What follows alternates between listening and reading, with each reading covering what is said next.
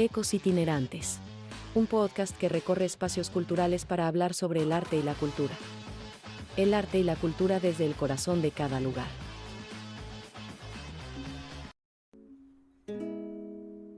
El hecho de involucrar el arte contemporáneo desde el enfoque del artivismo, digamos, que son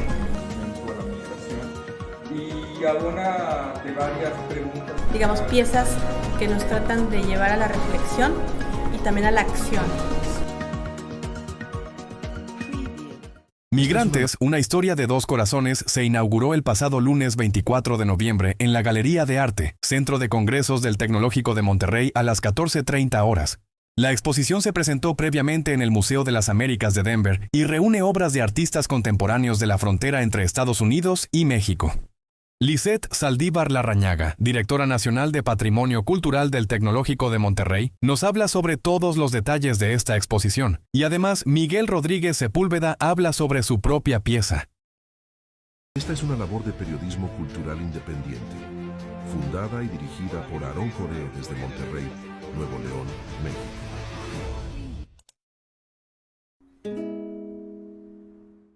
Es una muestra que surge de una exposición que ya se llevó a cabo en el Museo de las Américas de Denver. Y esta muestra es una versión, digamos, co-curada con la Dirección de Patrimonio Cultural y la curadora invitada, que fue Rocío Guerrero Mondoño. Rocío Guerrero Mondoño hizo esta exposición que se llamó Migrantes, una historia de dos corazones, y la muestra integra obras de artistas contemporáneos que esencialmente son artistas de frontera que viven tanto en Estados Unidos como en México, que tocan el tema de la migración. Entonces, bueno, varios de esos artistas son, por ejemplo, aquí tenemos un video de uno de los colectivos que se llama Colectivo What Remains. El colectivo What Remains integra varias mujeres artistas, fotógrafas, artistas contemporáneas, que a raíz de hacer una producción artística en torno al tema de la frontera, deciden integrarse como un colectivo y hacer piezas que retratan justamente todo aquello que a veces es difícil de manejar en solitario. Y entonces la pieza que ellas hacen, una de ellas muy famosa, se llama La Trenza, que es una pieza de instalación que también se vuelve una especie de acto catártico, donde reúnen piezas o materiales que se dejan de estos migrantes, y pues justamente el nombre del colectivo, que se llama What Remains, es lo que queda, lo que permanece, eso que permanece después de que pasan los migrantes, que son sus cosas personales, pues cobijas, mochilas, ropa. Ellos lo recuperan y la anudan en una especie de trenza. Entonces integran gente que también está ahí en ese proceso de tránsito, migrantes, y entre ellas con los migrantes hacen esta trenza. Entonces la pieza va construyéndose en el tiempo, y este video que tenemos aquí en la exhibición justamente es este registro de la creación de la trenza, pero también lleva música de un artista sonoro que se llama Julio Morales. Julio Morales hace digamos, el arte sonoro del video, pero también tenemos una pieza de arte sonoro exclusivamente de él que está en exhibición en esta cabina. Entonces, en esta cabina lo que tenemos es solamente una pieza de arte sonoro, ¿no? Es una propuesta inmersiva donde tú pues intentas interpretar, ¿no?, a través de esta música y sus sonidos, el proceso de migración, así decirlo, ¿no? Entonces, bueno, estas son dos. Y digamos, como para continuar con la exposición, una de las artistas del colectivo What Remains es Mónica Lozano, es una fotógrafa que tiene una larga trayectoria como artista de frontera, y sobre todo su temática obviamente es el muro, ¿no?, y lo que sucede alrededor del muro. Entonces aquí tenemos una de las obras más famosas de ella, que justamente es una composición totalmente con una perspectiva central, ¿no?, donde se ve la perspectiva del muro, su sombra, con sus distintas repeticiones de luz y sombra que va aquí en esta parte. Entonces es una pieza muy, muy bella, digamos, estéticamente, pero si tú te acercas a la pieza, pues te das cuenta de que pues sí se detalla que es una cosa pues, que tiene que ver con la frontera, pero también con pues un fenómeno pues muy doloroso, ¿no?, de la gente que va migrando. Sí. Y de este lado, fotografías también de ella retratan otra vez el muro, pero también retratan esta como exacerbación violenta, digamos, de impedir el paso, ¿no? Que ella con el tiempo, después de haber hecho mucha fotografía en la frontera, se ha dado cuenta de que ha ido de mal en peor, ¿no? Sí. Se ha incrementado todavía más. Entonces, ya una vez que ponen como alambre de púas, le ponen más y le ponen otra argolla y otra argolla, ¿no? Entonces, ella quiso documentarlo en esta fotografía, ¿no? Claro. Y bueno, pues otro proyecto que también hizo Mónica se llama Hugs Not Walls. Bueno, ella retrató ese proyecto, que es un momento que se le da como oportunidad a los migrantes y a la gente, a las familias de migrantes que viven por un lado en Estados Unidos y otros en México, para poder darse un abrazo por 3 minutos. Entonces es pues un momento que ella documenta en la fotografía, y pues justamente estas dos fotografías se refieren al mismo momento específico donde están ellos dos casándose. Se están casando a través del muro por esos 3 minutos y se están dando un abrazo. Entonces, bueno, son imágenes como que de alguna manera pues sí nos toca fibras como muy fuertes, ¿no? Y pues el retrato de esos momentos en los que está el Hugs Not Walls, ¿no? Y bueno, llegamos a la pieza de Miguel Rodríguez, que pues más bien le invito a él para que nos cuente un poquito de la pieza. Miguel, si quieres pasar para que nos cuentes. Hola, bueno, este es como un plano del monumento, un antimonumento a la migración, y hago de varias preguntas que me hago a partir de varios elementos, y uno de estos es la palomita. Desde hace muchos años me interesó y llamó mucho la atención la palomita y lo que hay alrededor de esto, porque es un elemento mesoamericano, es maíz palomero, que las primeras palomitas reventadas como tales tienen como 5 o 7 mil años de edad, y eso refuerza el asunto de que es mesoamericano, claro, ¿no?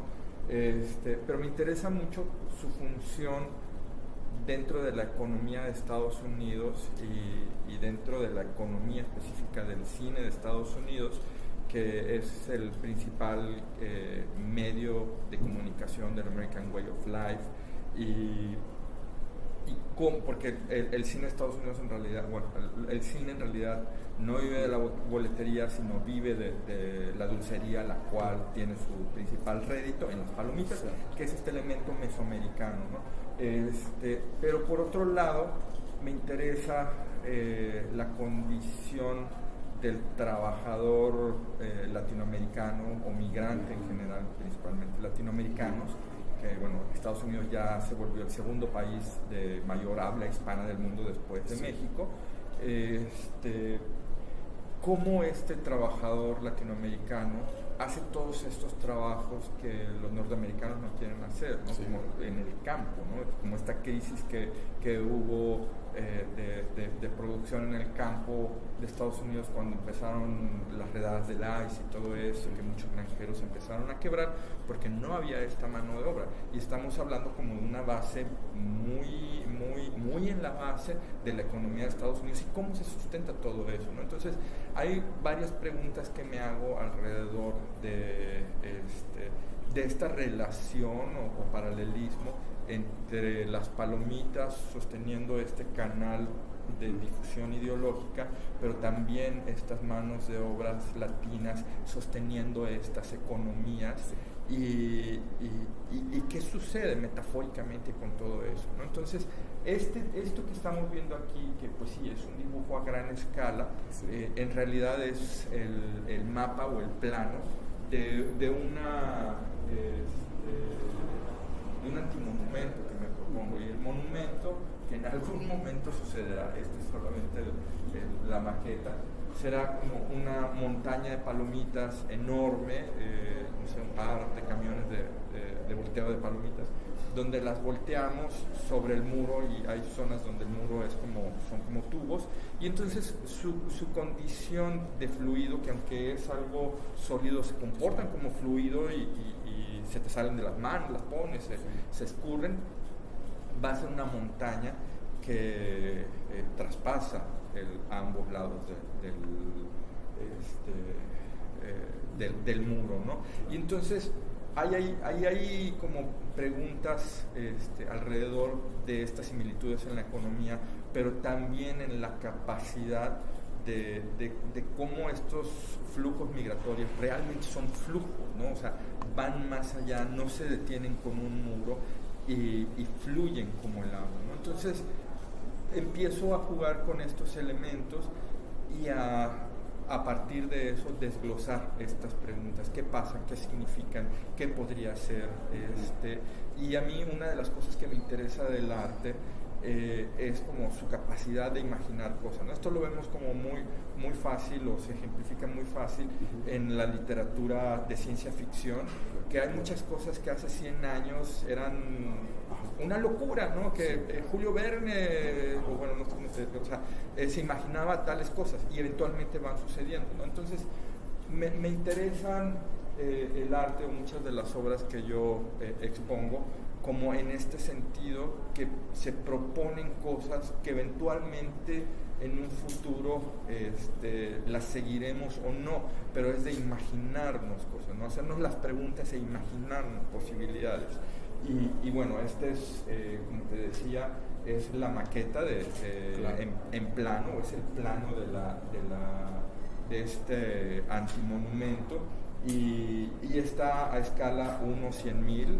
O sea, la distancia, si ponemos todos los dibujos uno al lado del otro, dibuja una línea que en escala 1/100,000 representa el largo de la frontera entre México y Estados Unidos, y bueno, de eso se trata esto. Y bueno, pues también como parte de la propuesta museográfica, curatorial de la exposición, es incorporar dentro de esta nueva muestra que fue curada, como decía, es la colección de patrimonio, las colecciones de patrimonio cultural, es decir, nuestros acervos de la institución que dialoguen también con las obras de arte contemporáneo, en concreto bajo la temática de la exposición. Entonces hicimos una selección de fotografías de nuestro Fondo Salvador Lagrange que abordan justamente las imágenes que cuentan las historias locales de vivir en la frontera, ¿no? Por un lado las aduanas, ¿no? La aduana de Sonora, Nogales, y esta es Matamoros, pero también esos tránsitos desde Matamoros a Brownsville, ¿no? Que es lo cotidiano que se llevaba a cabo. Es decir, estamos dando un contexto también histórico que siempre pues hemos vivido al vivir en esa frontera con Estados Unidos, y que también lo queríamos acercar un poquito hacia la época en la que se hizo un programa entre los dos países que se llama el programa de Braceros, y justamente por eso elegimos esta fotografía que retrata ese camino o ese tránsito de estos mexicanos que iban bajo el programa de Braceros, que al final fue un programa que pues tenía como aparentemente como una bondad, ¿no? En términos de acuerdos internacionales, pero al mismo tiempo, pues bueno, en realidad beneficiaba mucho a Estados Unidos porque acababan de salir de la Segunda Guerra Mundial, y por el lado o está todavía la Segunda Guerra Mundial, de hecho, en 1942, pero en concreto México pues necesitaba dar trabajo, y pues muchos mexicanos fueron a trabajar en este programa. Muchos fueron bajo este programa de Braceros, que es legal, pero no se les trataba como, pues tenía muchos temas que no eran muy bien manejados, ¿no? Digamos, desde el punto de vista de los derechos humanos y de la dignidad humana, y bueno, pues es muy cuestionable muchas cosas que sucedieron en el programa Braceros. Sin embargo, también lo quisimos conectar con el fenómeno también de lo ilegal, es decir, qué pasaba cuando era legal y qué sucedía en el programa Braceros, y qué pasaba cuando eras Wetback, ¿no? Que esta selección de fragmentos de la película Wetbacks es esta película que hizo Alejandro Galindo, que es un cineasta regiomontano, que es la primera película, o sea, el primer largometraje que nos cuenta sobre ese fenómeno de la ilegalidad en la época de los braceros, digamos, ¿no? Entonces quisimos poner qué pasaba, ¿no? ¿Qué estaba contándonos esta película de lo que vivían desde un punto de vista psicológico, emocional, los wetbacks, y también, aún siendo wetback, qué es cómo te trataban, ¿no? Y cómo se vivía en ese momento, ¿no? Entonces, bueno, toda la película nos narra desde un lugar del cine de oro mexicano, que eso es algo también interesante, porque casi siempre el cine de oro lo identificamos con el charro cantor, claro, ¿no? O sea, con Guadalajara, con Ciudad de México, con el sureste, pero no necesariamente el norte, como que el norte no era tan retratado en el cine. Y pues bueno, esta película creo que narra también una problemática social muy fuerte, y por eso, bueno, Rocío Guerrero fue quien eligió estos fragmentos, y creo que hace muy buena combinación con nuestras colecciones de patrimonio. Y también queríamos, digamos, yéndonos un poquito hacia atrás en el tiempo, otras fotografías. Elegimos, bueno, una fotografía de Manuel Álvarez Bravo, que es parte de la colección del TEC, del Campus Estado de México, que, pues bueno, Manuel Álvarez Bravo ya por excelencia es uno de los grandes fotógrafos del mundo, o sea, es uno de los grandes mundialmente reconocido, pero también, digamos que él, junto con Pablo Higgins y como con otros artistas de la época, se suman a este proyecto de nación donde se construye una identidad y que, bueno, viene después de la Revolución Mexicana. Entonces, digamos que nos vamos un poco más hacia atrás en el tiempo, vamos recorriéndonos, pero la intención aquí era identificar cómo a través de la iconografía en el arte también se están contando esas historias del tránsito y de la migración, pero también estamos haciendo una construcción de nación, y por eso lo queríamos conectar tanto con la fotografía como con el cine.